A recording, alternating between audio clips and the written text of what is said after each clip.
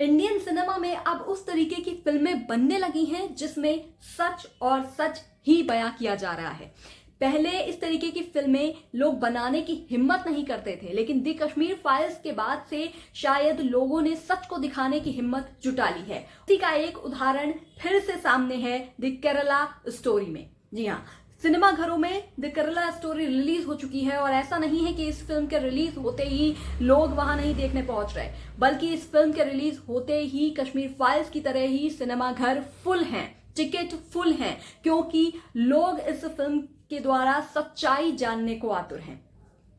किस तरीके से केरला में लड़कियों को कन्वर्ट किया गया, उनके माइंड को वॉश किया गया और उन्हें आईसिस में शामिल किया गया। इस कहानी को ये फिल्म इतनी सच्चाई से बयां करती है कि आप ये सोचने में मजबूर हो जाते हैं कि वाकई आपकी आंखों के सामने एक फिल्म चल रही है कि ये कुछ रियल में हो रहा है। क्योंकि कलाकारों ने इतना मंझा हुआ काम किया है। अदा शर्मा की खास तौर से तारीफ होनी चाहिए। सब के सब इस फिल्म में जो भी रोल प्ले कर रहे हैं उसमें इतने जूझ गए हैं, घुस गए हैं कि आप ये मानने को तैयार नहीं हो पाते कि ये एक फिल्म है। हालांकि अगर आप फिल्म देखने जा रहे हैं तो बच्चों को लेकर ना जाएं, क्योंकि इस फिल्म में कई ऐसे ब्रूटल सीन्स हैं जो कहे जाने जरूरी थे, इसीलिए इस फिल्म को एक सर्टिफिकेट भी दिया गया है। कई ऐसे सीन्स हैं जहां पर सच्चाई को बयां करते हुए कुछ रेप सीन्स भी दिखाए जाते हैं, कुछ ब्रुटैलिटी भी दिखाई जाती है और आपके रोंगटे खड़े हो जाते हैं, क्योंकि इस फिल्म की शुरुआत ही इस तरीके से होती है और अंत में आप समझ नहीं पाते कि वाकई में क्या इस तरीके की कहानी रियल है, लड़कियों के साथ ऐसा हुआ होगा। और जब मन में एक बार ये ख्याल भी आ जाता है कि अगर ऐसी जगह मैं होती तो आप सोच भी नहीं सकते हैं अपने आप को। इस तरीके की सच्चाई ये फिल्म बयां कर रही है। कोई माने या ना माने, बहुत लोग इस फिल्म के विरुद्ध हैं, खिलाफ हैं, लेकिन बिना आग के धुआं नहीं उठता वाली कहावत पर अगर देखा जाए तो ये फिल्म कहीं ना कहीं से रियल ट्रूथ पर बनी हुई है, रिसर्च करने के बाद बनाई गई है। तो इसीलिए इस फिल्म में जो लड़कियों को दिखाया गया है, मलयाली लड़कियां उस कॉलेज में पढ़ने के लिए जाती हैं। कोई कुछ बनना चाहता है, कोई कुछ बनना चाहता है, लेकिन 1 या 2 दिन में उनका माइंड वॉश नहीं किया गया। ट्रेलर में लोगों को लगा था कि ऐसे ही थोड़ी ना होता है कि किसी से कुछ कह दिया और उसने मान लिया। तो वाकई में फिल्म पूरी तरह से ये जस्टिफाई करती है कि 1 या 2 दिन में नहीं हुआ था, बल्कि महीनों सालों तक उनका ब्रेन वॉश किया गया और इतनी बारीकी से किया गया कि वो खुद नहीं समझ पाए कि कब वो अपने परिवार से, अपने दोस्तों से या फिर अपने पार्टनर से भी जुदा हो गई, अलग हो गई। उन्हें सब अपने खिलाफ लगने लगे और फिर वो पहुंच गई उस जगह जहां उनके लिए किसी भी कह सकते हैं खूंखार जगह से वो कम नहीं थी, क्योंकि वहां पर एक तरीके से ह्यूमन बॉम्ब जो कह सकते हैं उन्हें बना दिया गया।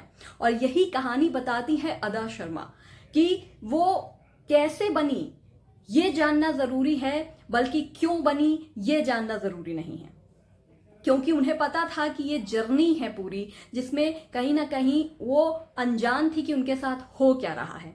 तो लड़कियों के लिए एक बड़ा मैसेज भी फिल्म देती है कि किस तरीके से आप इस फिल्म से सबक लें। वहीं ना कहीं रियल स्टोरी जो बताती है, डायरेक्शन इतना कमाल का है, सब्जेक्ट लाइन इतना कमाल का चुना गया है कि उसमें कहीं से भी शक नहीं किया जा सकता है। वहीं राइटर्स को तारीफ मिलनी चाहिए, क्योंकि उन्होंने इतनी मंझी हुई कहानी लिखी है, इस तरीके से लिखी है, डायलॉग जो लिखे गए हैं वो इतने आप पर जब भी बोले जाते हैं तो प्रहार करते हैं कि समझ में आता है कि वाकई में जो चीजें आप, जब वो डायलॉग आपके सामने आते तो आप खुद उसे महसूस कर पाते हैं। तो इस तरीके के डायलॉग हैं, असरदार जो एक कहते हैं राइटिंग है, वो इस फिल्म में देखने को मिलती है। कहीं भी ऐसा नहीं लगता क्यों चल रही है ये फिल्म, क्योंकि इतनी कसाव के साथ इसको एडिट किया गया है कि आप कहीं भी पलक नहीं झपका पाते। 2.25 घंटे की इस फिल्म को देखने के बाद आप जब थिएटर से निकलते हैं तो आप खुद में एक सवाल लेकर निकलते हैं, क्या ये सच में हुआ था?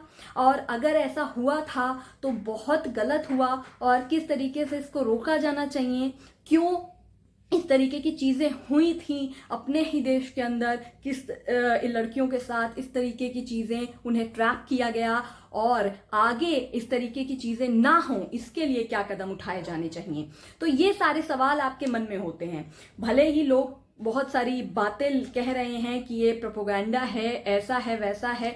मान लीजिए आप 32,000 लड़कियों के साथ नहीं भी हुआ, लेकिन कुछ के साथ भी हुआ तो बहुत सोचने वाली बात है। यही इस फिल्म की कहानी है कि लड़कियों को किस तरीके से ब्रेन वॉश किया गया था और उन्हें फिर आईसिस में शामिल किया गया और वो कहीं ना कहीं एक ह्यूमन बॉम्ब यानी कि टेररिस्ट बन गई।